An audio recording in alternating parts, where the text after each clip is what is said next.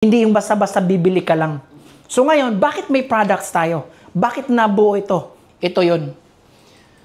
Tingnan mo ang mga kanya-kanyang lugar, mga countries. Mapansin mo, bakit napakaganda ng kanilang pangangatawan? Una-una, tingnan mo yung Taiwan. Karamihan sa Taiwan, mapansin mo, lean masyado sila. Hindi tabain. Bakit? Yung culture nila doon, lahat ng mga tao doon, pinapabisikleta nila. So, araw-araw, mas marami ang nagbabike kaysa sumasakay ng sasakyan. Tapos, tingnan mo yung Korea. Bakit ang gaganda ng skin nila? Kung mapansin mo sa kanila, karamihan din sa kanila, sa culture nila, lahat ng mga tao doon, pinapalakad nila. So, mas marami ang naglalakad kaysa sumasakay. Mapansin mo rin sa Japan, bakit ang haba ng buhay nila doon? Ang tagal mamatay. Kaya so overpopulated na rin sila doon. Kaya ngayon may mga rules na sila doon. Grabe. Sobrang ganda ng kanilang culture doon. Isipin mo, 120 nagtatrabaho pa. Tapos dito sa China, same sa China. Mapansin mo yung culture din nila, tapos may rules sila sa government nila na bawal magpanganak ng dalawa. Isa lang ang rules nila. Isa lang ang anak. So mapansin mo, anong meron sa kanila? Dahil ito sa kultura at sa mga kinakain nila. Part ng kanilang culture na ang kanilang pagkain ay puro fermented. Lahat yan. Yung kanilang mga yogurt, yung mga puro mga Yakult, tapos yung kanilang mga kimchi, piniperment nila yan. Kasi ang kimchi, pag na-ferment pala ito, nagiging probiotic ito. Yeah, yung kimchi naging probiotic. Lalo na pag pinatagal nila. Kaya tingnan mo, yung kanilang itlog, century, pinapatagal. Kasi piniperment nila. Kasi pag nag-ferment ito, nagkakaroon ito ng probiotic. Yun ang kinakain nila. So mamaya mapansin mo, bakit puro probiotic? At ngayon, ang mga commercial, puro na probiotic. May mga gatas na may mga probiotic na. Ngayon, naglilipaan na anong meron dyan? Pansinin mo. Dahil ito ang nakakatulong sa kanilang pangangatawan.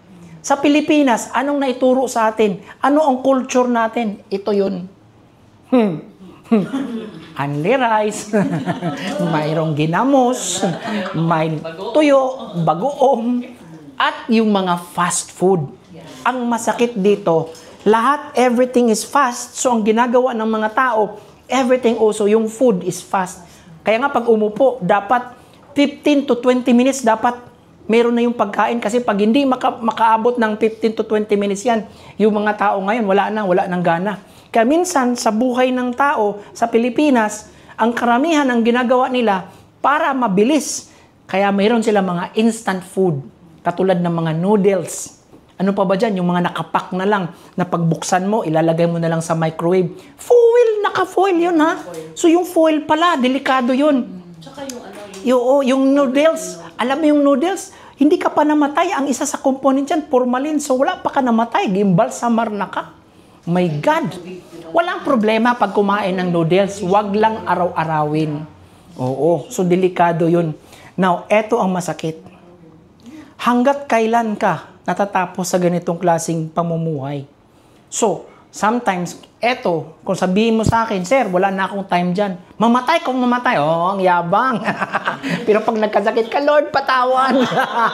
Diba? Huli na. So guys, karamihan, pag ito ang pamumuhay mo, eto ngayon ang nangyayari.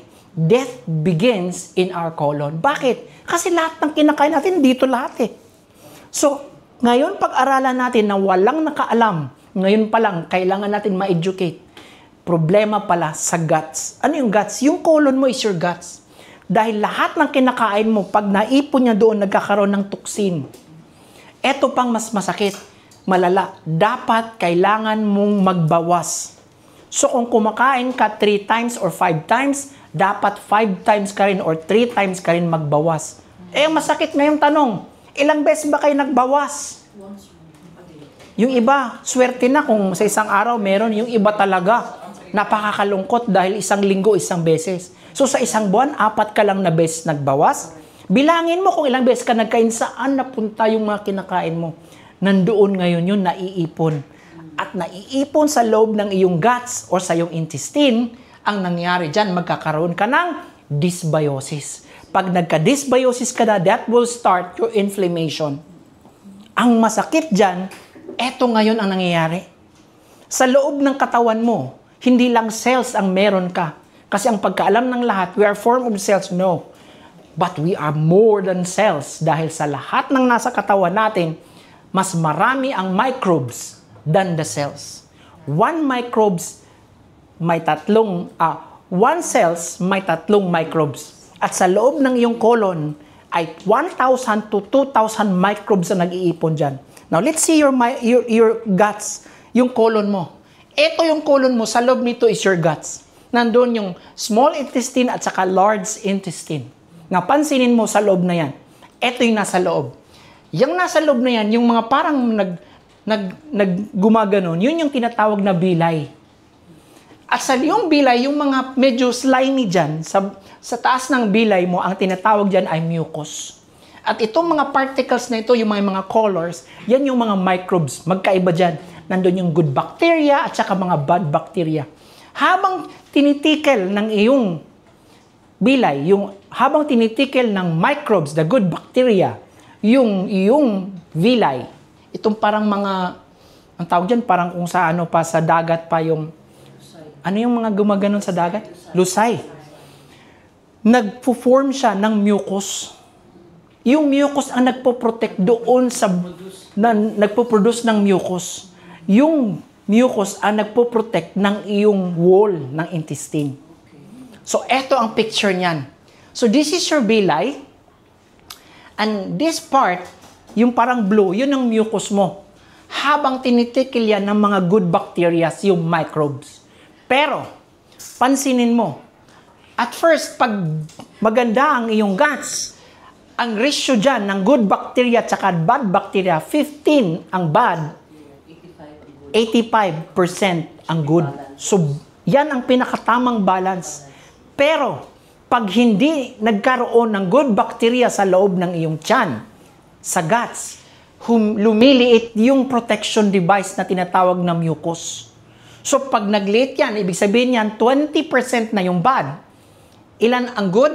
80% nagkakaroon na ngayon ng yung tinatawag natin deteriorate ng ating mucus. At pag umabot niya ng 80 or 85% na yung bad bacteria, tapos 20 na lang or 15% na lang yung good bacteria, my God, magkakaroon ka ngayon ng leaky gut. Kasi wala na yung protection yung mucus, nakakapasok na yung mga bad bacteria. At pagpasok niyan, papunta yan doon sa yung bloodstream. Ang immune cells mo ngayon, yun ngayon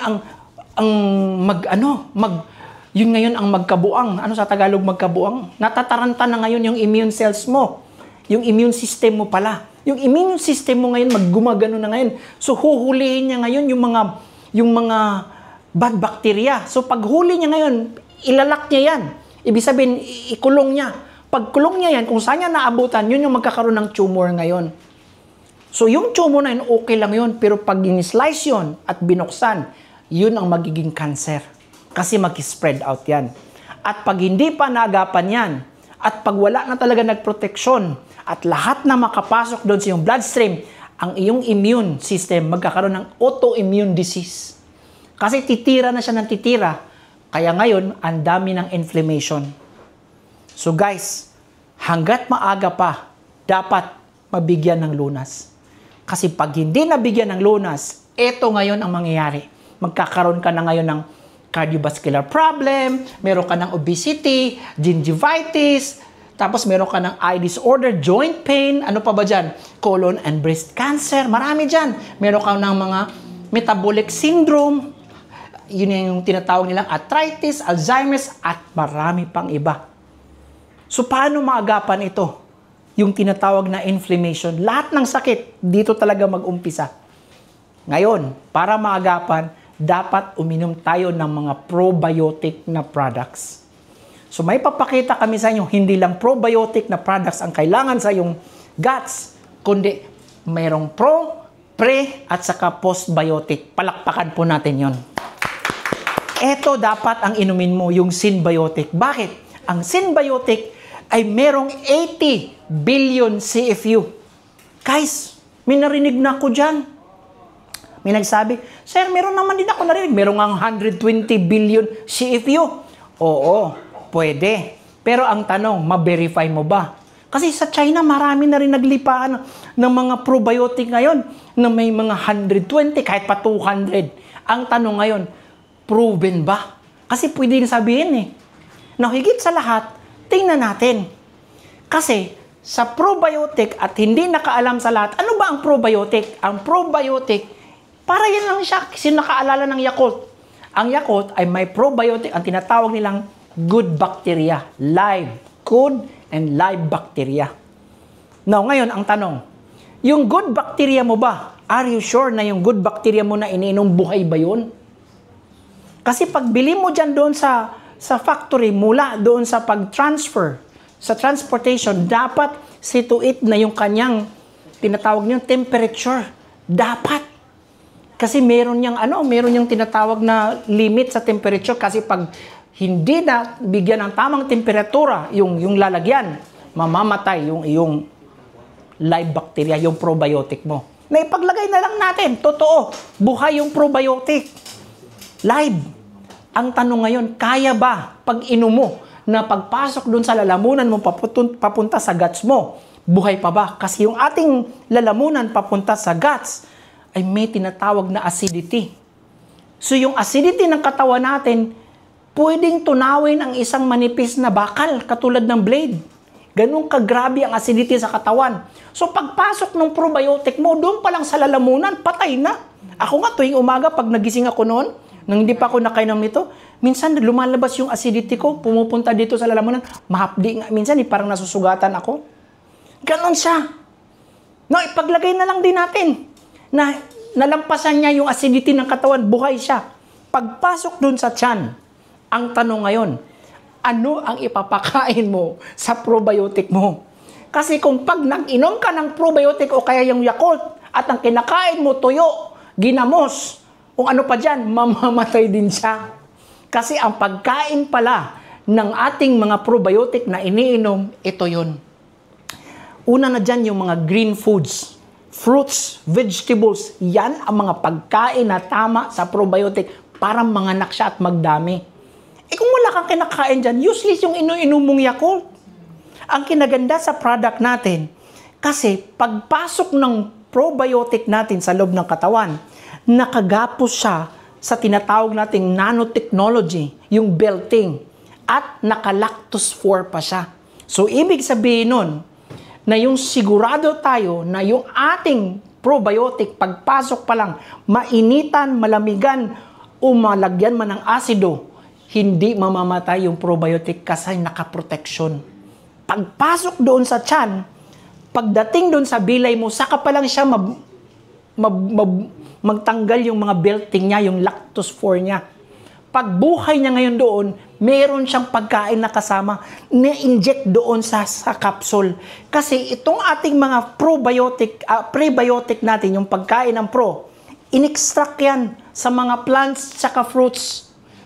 Meron tayong technology dyan kung paano na-extract at nailagay doon sa kapsula. Ganon kaganda. Yun ang wala sa iba. Palakpakan po natin yun.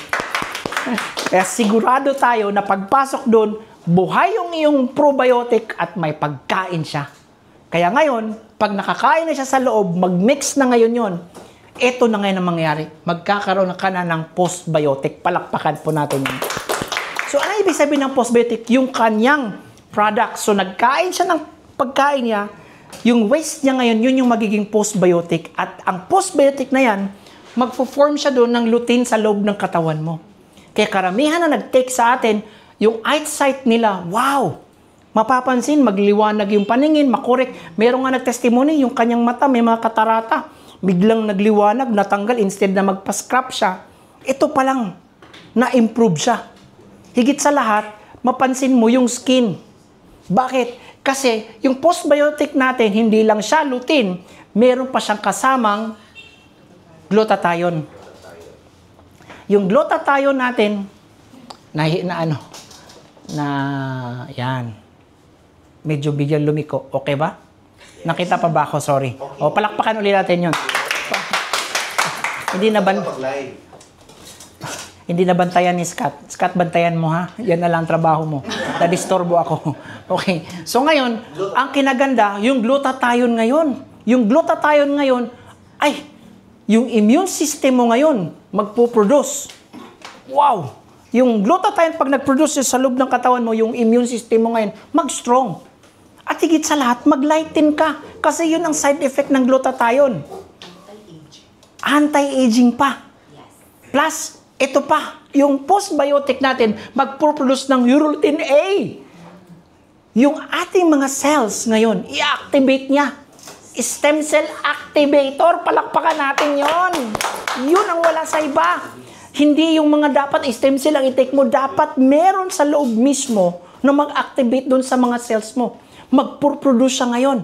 At pag nag-produce siya, ang kinaganda ngayon, bawat cells pala natin, pag ito natapunan ng mga free radicals, nagkakaroon ng yung ilaw, delikado pala yan.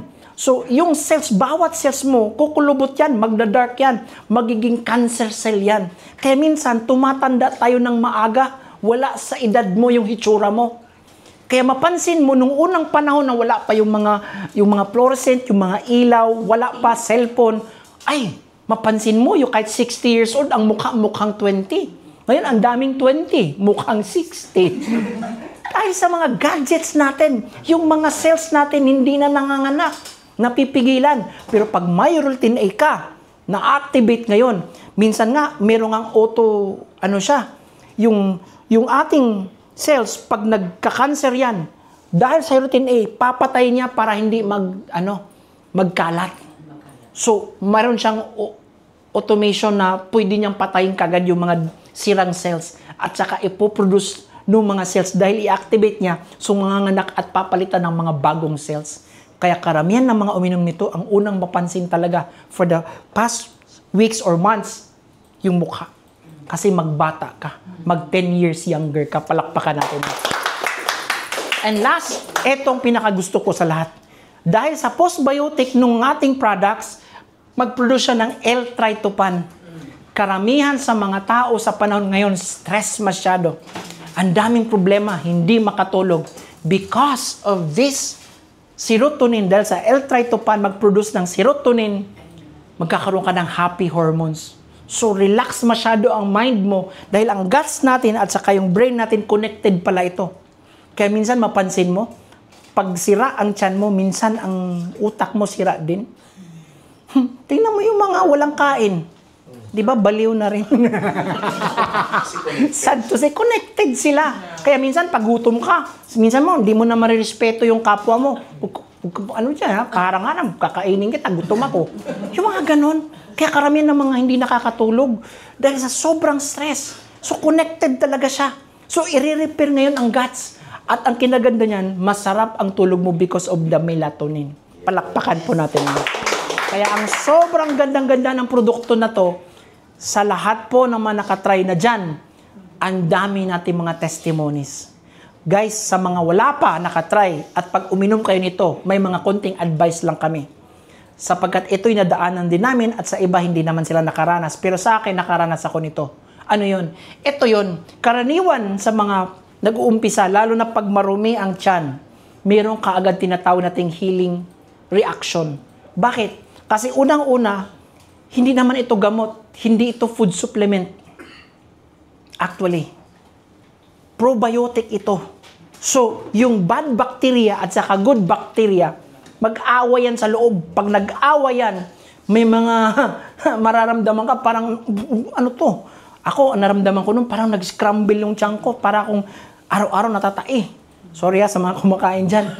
Grabe talaga. Pero panandalian lang yun. Tapos kinabukasan, nilagnat pa ako. So may mga slight fever ka. So ang gawin mo lang nito, continuous ka lang. Wag mong hintuin. Kasi pag hininto mo, hindi ma-repair. Ibig sabihin, patuloy pa rin nandyan. So ngayon, yan po ang nangyayari. Uminom ka lang at higit sa lahat, damihan mo lang siya. Bakit? Kasi pag damihan mo, one time lang siya. Katulad nung may lagnat ako, inapat ko. Kasi nung dinalawa ko lang or isa, walang mangyari. Nandyan pa rin yung lagnat. Umabot ng 3-4 na araw. Pero yung pang-apat na araw, inapat ko na rin yung capsule, and the moment, nawala kagad. Palakpakan po natin yung, parang konti lang po mga palakpak. Lakasan naman natin. So, palakpak din kayo. Okay? So, ito yon. Now, I just give you an example doon sa anak ko. Yung anak ko kasi, level 4 autism. So, ang meaning ng autism is spectrum disorder. Autism spectrum disorder or ASD. So, numbers ng mga numerous studies ng may mga autism is yung tinatawag nilang disorder sa guts. So, may mga problema yan. So, may mga leaky guts talaga. So, kung mapapansin mo, karamihan ng mga autism, grabe yun sila, wild. Minsan, inaantog yung kanilang ulo. Yung anak ko naman kakaiba, non-verbal, tapos higit sa lahat, eto, pag nag-tantrum ito, grabe ito. Ang tantrum, pag binigay mo na yung gusto niya, tumahimik. Pero may mas malala pa sa tantrum, yung meltdown. Kasi ang meltdown, kahit binigay mo na yung hinahanap niya, hindi pa rin maghinto. I will show you. Ito yun. Yan. So, makita mo, grabe yan siya. Buong gabi yan. Kasi itong anak ko, hindi natutulog ng gabi. Araw natutulog. So, gising na siya 7 o'clock ng gabi hanggang mag-umaga na yan. Minsan natutulog siya 7 or 9 ng umaga. Tapos buong umaga din siya hanggang maghapon tulog. Sa gabi gising na napan. So mapansin mo, yan talaga. Minsan ang masakit dito, yung mga kapitbahay namin hindi nakakaintindi, pinopost na kami sa Facebook. Sinasabi doon, magpatulog naman kayo kapitbahay. Yung masakit nga, di ba may sumisigaw, hoy! Ingay nyo! May nag-upa dito! Sabi ko, o di mag-upa kayo. Wala kami pakialam. Nag-rent yun. Nag-rent pala yun. Sorry ha. Baka ibang upa ang sinasabi. Palakpakan naman natin yun. So, dyan na nangyayari, nare-restore ngayon ng ating products yung kanyang problem. Nare-restore. So, ibig sabihin, nako-correct. Ang kinaganda sa product natin, hindi siya katulad ng gamot na yung ginagamot lang yung symptoms, pero yung source ng symptoms, yun ang kinokorek sa atin. So, mapansin mo ngayon, paano namin siya pinatake, ito ngayon ang nangyayari. What sound? Oo. Yung sounds dyan, later part. Doon maririnig sa audio. Narinig niya lang? Naririnig sa audio? Yung sounds? Narinig. May sounds dyan, Sir Joy, no? May sounds. Okay, very good. So, mapansin mo paano pinapatake. Yan. Ang hirap kasi nito, hindi siya kumakain ng yung kung ano yung pinapakain ng normal sa bata. Siya may special siya na pagkain. Isa lang siyang, ang dati niya is gatas lang. Ngayon na-improve na siya. Yung Cerelac, dinagdagan namin ng kanin. Ngayon, kanin na lang ang pinapatek sa kanya kasi karamihan may nagsuggest sa amin na yung Cerelac din hindi din maganda daw. Dapat alisin na rin kasi mostly may sugar. So, yun ang nangyayari. So, tingnan mo, nung pinatake namin siya, first time ever, huwag kang matakot na ipapa-inom mo diretso yung capsule kasi vegetable yung capsule natin. VG Caps. So, ngayon, 11 o'clock namin siya pinainom. Ang kinaganda nito, at 11:30, natulog na siya kagad. And I will show you the clock, yung oras mismo, kung paano siya. At 11:30, natulog na siya. Yan yun, no? Palakpakan po natin yun. At may bago kaming video ngayon na improve na siya.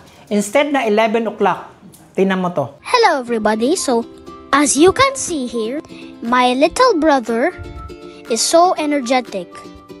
At the night time, he will not sleep. Look at this video.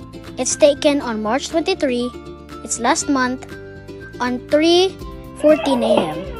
And here's another video taken in February 23, and it's already 2 a.m. and my brother's having a meltdown episode, and my mom is right there making sure he is safe, and while I am absolutely sleeping. And good thing these products came, Symbiotic. My mom gives Symbiotic to my brother in the daytime, and here is how my mommy gives him the capsule. So here's my brother just relaxing and chilling, and that's the time my mommy will try to just put the capsule in his mouth and then put some water. And look, my brother is drinking water, some water, and my brother already swallowed the capsule. And now some more water so that if he's thirsty. And after that, he's just relaxing and chilling and biting with my toy and doing all of the stuff he likes, going back to his routine. And my mom gave him the capsule at 5:40, and my mom is preparing him to go to bed. And at exactly 6:20,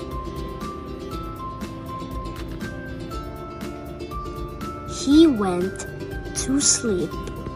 Thank you, Guard. You got my little brother to sleep. Everybody, so this is my little brother.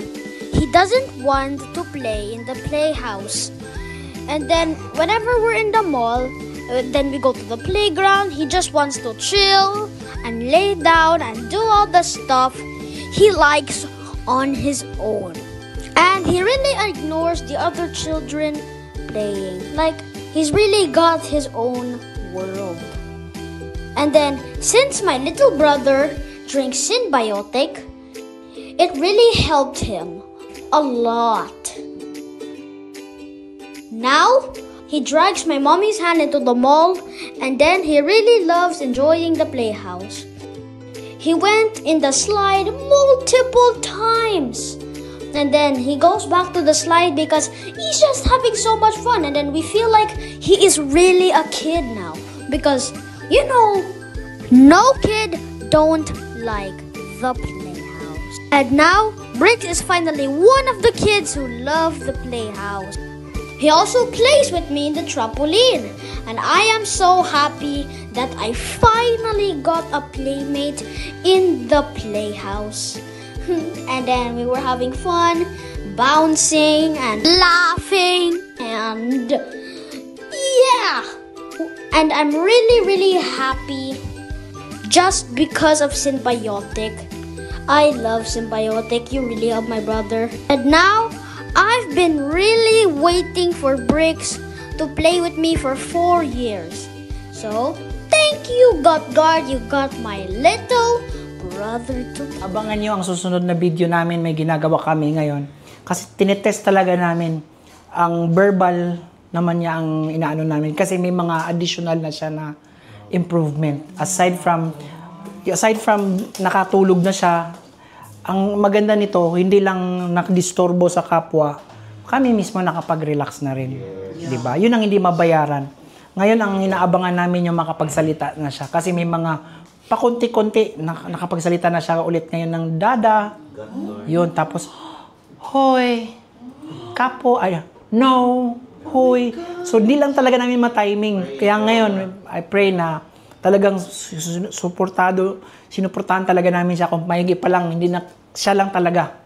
Para at least makita namin na wala na siyang therapy kasi talagang nandito sila ngayon. Ito lang talaga. So, sa lahat po, kung ayaw nyo maniwala, okay lang. Kasi kami meron na. Palakpakan po natin.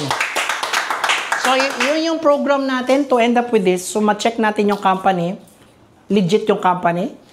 Next is the product. Ma-verify mo, legit talaga siya. Sa mga may mga kapansanan o kaya may mga karamdaman o may mga nangangailangan, ma'am, huwag niyong tipirin. Mas mahal po ang buhay niyo kaysa produkto na ginagamit niyo. Mas madali po tayo makabili ng ibang bagay, pero yung bagay na pinag-iingatan natin, sometimes nakakaligtaan natin. So, meron tayong program. So, meron dapat sa 2 months, dapat nakaubos ka ng 10 bottles talaga para makita talaga yung total healing. Merong iba dyan, 30 bottles for 6 months, 70 bottles for 12 months. Kung tanungin mo ako, sir, kaya ko ba yan sa bulsa ko? Of course, kayang-kaya mo. Makapag-produce na tayo, lalo na pag-emergency, ito pa. Prevention is better than cure. Pero meron kaming programa para sa inyo na para yung ginagamit ninyo, libre na. Maganda. Palakpakan po natin yun. So, ito yung last na pag-uusapan natin, yung system.